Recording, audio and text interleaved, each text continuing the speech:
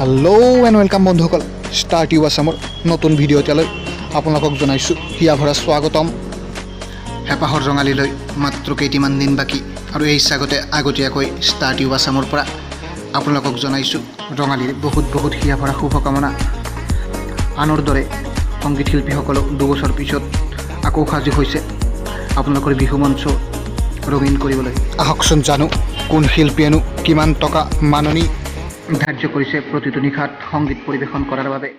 পোনপ্ৰথমতে আমি জানো আহক গীতালী দেৱী অসমৰ জনপ্ৰিয় শিল্পী, যাৰ প্ৰতিটো নিশাত সংগীত পৰিৱেশনৰ বাবে দিব লাগিব মাননি হিচাপে 2 লাখ টকা। অসমৰ জাতীয় ক্ৰাছ সকলোৰে মৰমৰ দীপলিনাক দিব লাগিব গুৱাহাটীত 3 লাখ টকা আৰু গুৱাহাটীৰ বাহিৰত 3.5 লাখ টকা। এজনী সুদক্ষ গায়িকা গীতাঞ্জলি দাসক দিব লাগিব গুৱাহাটীত 3 লাখ টকা, গুৱাহাটীৰ বাহিৰত দিব লাগিব 3 লাখতকৈ অধিক টকা। বিহু মঞ্চৰ ৰাণী হিচাপে খ্যাত প্ৰিয়ংকা ভৰালীৰ প্ৰতিখন মঞ্চৰ বাবদ দিব লাগিব 2,50,000 টকা পৰ্যন্ত। ৰাকেশ ৰিয়ানে প্ৰতিখন বিহু মঞ্চৰ বাবে মাননি হিচাপে ল'ব 2,30,000 পৰা 3 লাখ টকা পৰ্যন্ত।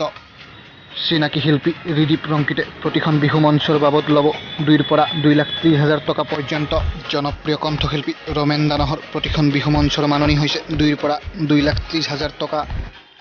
ভৃগু কাশ্যপে গুৱাহাটীত 3.5 লাখ টকা আৰু গুৱাহাটীৰ বাহিৰত 4 পৰা 4.5 লাখ টকাৰ ভিতৰত বিহু মঞ্চ পৰিৱেশন কৰিব।